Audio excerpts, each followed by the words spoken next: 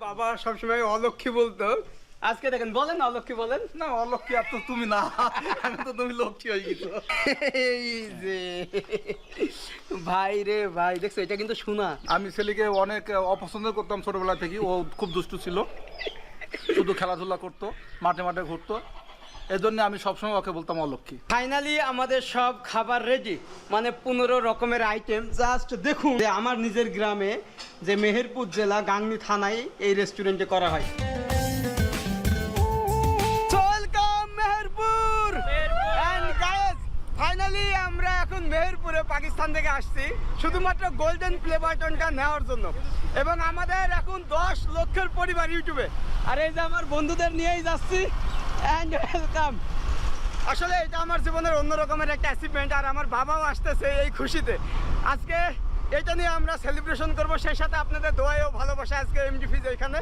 ওকে, আমরা যাই মেহেরপুর শহরে, ওখান থেকেই কালেক্ট করে এরপরে আমরা আনবক্সিং করব এই golden play button. Let's go. Finally চলে আসলাম এবং আমি অনেক এক্সাইটেড ভাই। যখন পাকিস্তানে ছিলাম তখনই 1 মিলিয়ন সাবস্ক্রাইব পূর্ণ হয়েছে। এরপরে অপেক্ষা ছিলাম যে কখন এটা আসবে আমার জেলায়। তো সব বন্ধুদের নিয়ে আসছি, দেখা যাক কি হয়।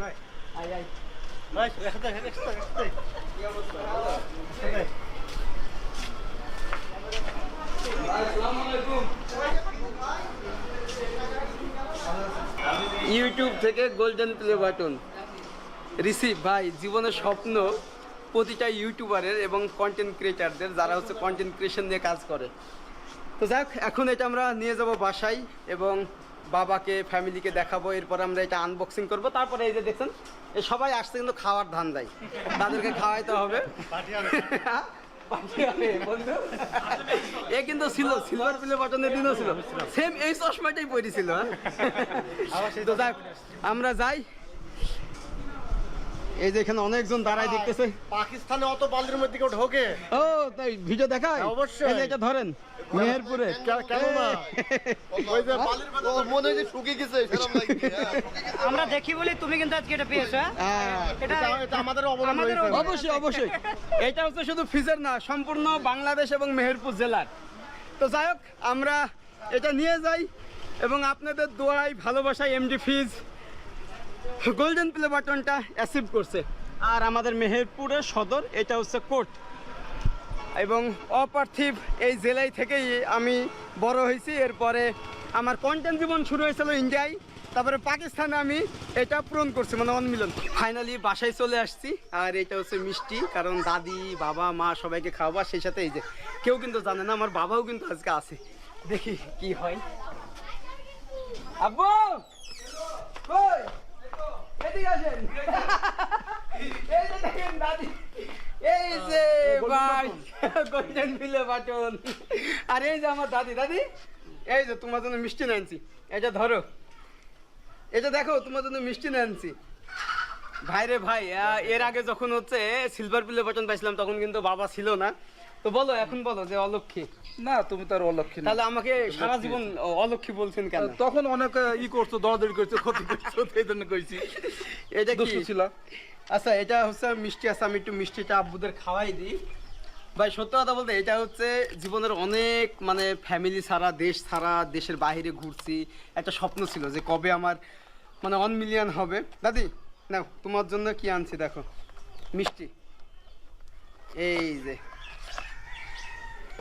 খাও, নাও বিসমিল্লাহ বলে খাই না। নাও। তো ভাইয়া, এটা আমার ভাইয়া। যাই হোক, আমরা হচ্ছে আমার আম্মুরা সব ভিতরে আছে, ওনারা ক্যামেরার সামনে আসতে চাই না। আমি আর কি বলবো বলেন, আমি ছেলেকে অনেক অপছন্দ করতাম ছোটবেলা থেকে। ও খুব দুষ্টু ছিল, শুধু খেলাধুলা করতো, মাঠে মাঠে ঘুরতো। এজন্য আমি সবসময় ওকে বলতাম অলক্ষী। আসলে আমার ছেলে যে এই পর্যন্ত আসবে আমি কখনো ভাবিনি।